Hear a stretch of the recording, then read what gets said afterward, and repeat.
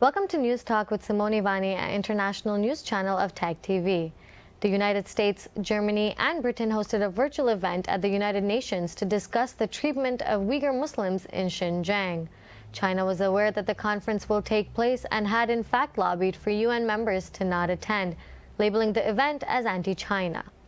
Nonetheless, 50 countries attended the gathering, including Chinese diplomat Guo Jiakun. Western states and rights groups are accusing Xinjiang authorities of detaining and torturing Uyghur and other minorities in camps. U.S. UN Ambassador Linda Thomas-Greenfield said the countries will keep speaking up until China's government stops its crimes. The British UN ambassador called the situation one of the worst human crises of our times, calling for China to allow the UN to have free and immediate access to the camps. China has denied the accusations. So-called genocide, forced labor, systematic rape and torture in Xinjiang are lies of the century, which never happened and will never happen in China. China has nothing to hide on Xinjiang. Xinjiang is always open. Over 1,200 diplomats, journalists, scholars from more than 100 countries have visited Xinjiang in past years. We welcome everyone to visit Xinjiang, but we oppose any kind of investigation based on lies and with the presumption of guilt. Joining us today to discuss the matter further, we have Rukiye Turdush, who's a researcher at Uyghur Research Institute. Welcome, Rukiye. Thank you very much for having me. Glad to have you on the show. So, what do you feel about the recent conference hosted to discuss the treatment of Uyghur Muslims in Xinjiang? I feel supported. Of course, all of the Uyghurs feel supported. Thank you very much for this event, because they demand China to stop the genocide and ask China unimpeded access for the UN High Commissioner for Human Rights. And I think if there is no genocide, China should allow UN Human Rights Commissioner for UN Human Rights Commissioner to access to the region if they have nothing to hide. A day after the conference, 5 Muslim leaders from the Xinjiang region said that China is not suppressing religious freedoms and is in fact improving livelihoods by countering religious extremism and educating people about the law. Why do you think that there's such a big difference in both narratives? What China said is total lie. It cannot hold the truth because we mounted evidence. We have satellite images. We have survivors here and so many witnesses. If you go into Xinjiang victims database, more than 14,000 people disappeared, arrested. We have full of evidence here. If China said they are terrorists, these people are re-educated, they just want to cover their crime, nothing else. And if some Muslim leaders supporting what China said, they were bought by the China because China infiltrated to each country, buying politicians and influencing their decision making. If these religious leaders didn't care about suffering Muslims in East Turkestan and support what China said, they are really, I cannot say they are blind. There is a truth, they can see it, but they intentionally not doing this because they are put their state benefit at first. This has become state relations, they are not putting the religion at first. Second, they influenced by China and they bought by China, get bribed by China. And there are Uyghur rights groups that are calling for a separation of East Turkestan from China. So based on your knowledge, are all Uyghur Muslims supporting this? Yes, I can say that. I prefer that usually people say secessionists. I prefer to use the term decolonization or independence because we are not China's ethnic minority in China's territory. China is in our territory.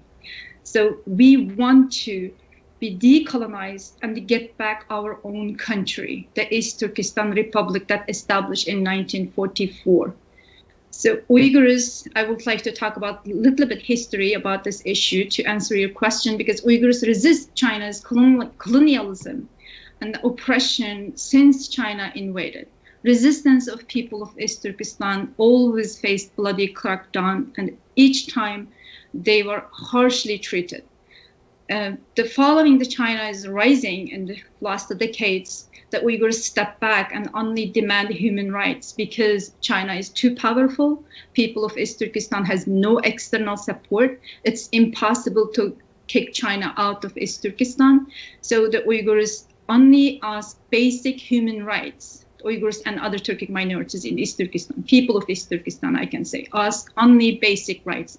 But these basic demands also harshly rejected and face bloody crackdown. For example, in Gulja massacre in 1977, people peacefully protested.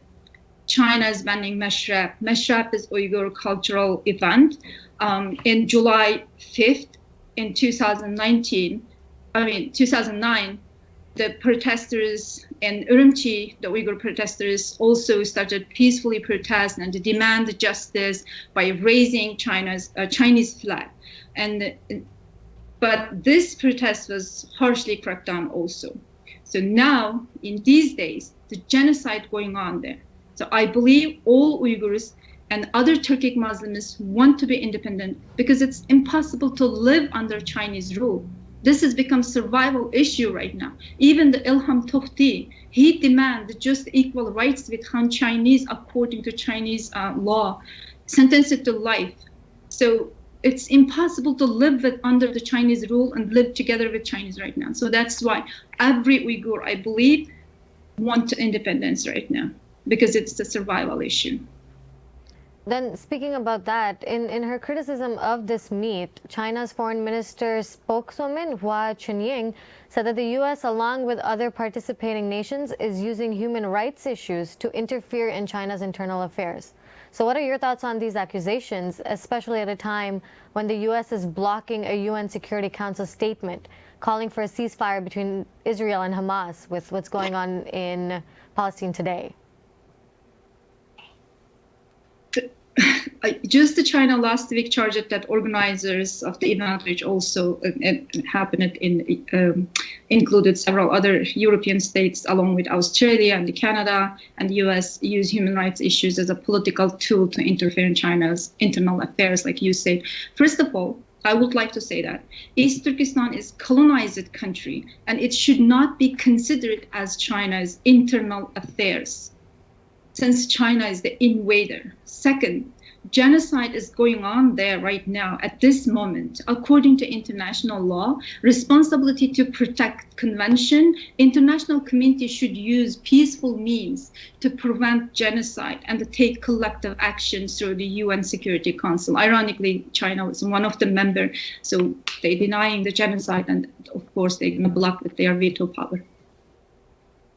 And we recently saw that 57-nation organization of the Islamic Corporation demanding Israel to halt attacks in the Gaza Strip. However, we don't see such actions being taken against the treatment of the Uyghur Muslims in China. So why do you think that is? I think it's about the West and the rest issue. Most of the Muslim countries are autocratic or no power to stand against China because they need China as an ally against the Western countries, since Western countries are close ally to Israel, right? They also need Chinese money. China already infiltrated, like I said, into those countries about decision makers, politicians. So state diplomacy and the state interests are the priority for these Muslim countries right now, not the religion. But Muslim population, I mean, individual Muslims support people of East Turkestan, but civilians can do much in those Muslim countries. And is there any clarity as to what type of action Uyghur Muslims are expecting from these international communities, either to help them or to counter the Chinese Communist Party? And if so, is there an independent state for these minorities? Is that a possibility to be able to separate from China? Okay, as an individual, as a community, everyone has to actively engage any activities to stop China's genocide, because this is not only about Uyghur or other Turkic Muslim issues in East Turkestan. China is threat to the world right now. They would like to replace current liberal world order and human rights with Chinese characteristic world order. If that happens, every other nationality will be going through what is Uyghurs going through right now. And already many autocratic countries accept Chinese model to control its own people. And so it's a very dangerous, and everyone has to push their governments to stand up, recognize China's genocide and stop this genocide and to take action. And you just say how we can, with the help of international community, can we become independent, right? One of your question. I'm thinking we can, if the international community respect the international law. They should support Uyghurs and to stop the genocide. If China do not stop genocide, according to international law, Vienna Convention, and many other several international laws and the General Assembly resolutions, when there is no internal self-determination was guaranteed, external self-determination should be guaranteed. That means China denied Uyghurs and other Turkic Muslims rights, and there is ongoing genocide right now. There is no guarantee for the internal self-determination because autonomous rights that China promised was not guaranteed too. In these circumstances, we need external self-determination and to get independence. But unfortunately, international community is not supporting independence of East Turkestan because usually self-determination law in the United Nations are not legal, but political in most of the cases. That's unfortunate. Last but not least, ahead of the virtual meet, China's UN mission sent notes to UN's 193 member nations, discouraging them from participating. China's UN ambassador Zhang Jun even went as far to text 15 Western nations expressing shock at their support and urging them to think twice. Why do you think there's such a big backlash from Chinese officials if, as they say, they have nothing to hide? That means they have something to hide. That means they want to cover. There is an ongoing genocide. That's why they don't want the UN High Commissioner unimpeded access to the region, because they have so many things to hide. There must be mass killings they want to hide. That's why they using Chinese propaganda, and they're using fake news, and they're using fake scenes, and they buying other countries to block this. Because I can see a lot of Douyin videos in China. The China right now just taking out those barricades at the streets and just like some police checkpoints, and they just want to creating fake scenes. And they even at this the Muslim festival and Ramadan festival, they force some people to go to the mosque pray. They in advance they just force and ask some people to come to the front of the Eidgah Mosque and the Ramadan festival, the dancing. So this is all pre-organized and force them to do that because China want to cover its crime. That's why they're doing this. And speaking of that, without external support, do you think Turkestan or the visual minorities in China will be able to separate themselves? Let alone to support themselves, cannot survive.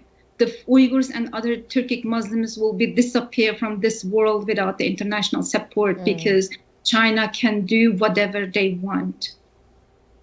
Well, thank you for speaking to us, Rukiye. We look forward to having you back very soon. Thank you.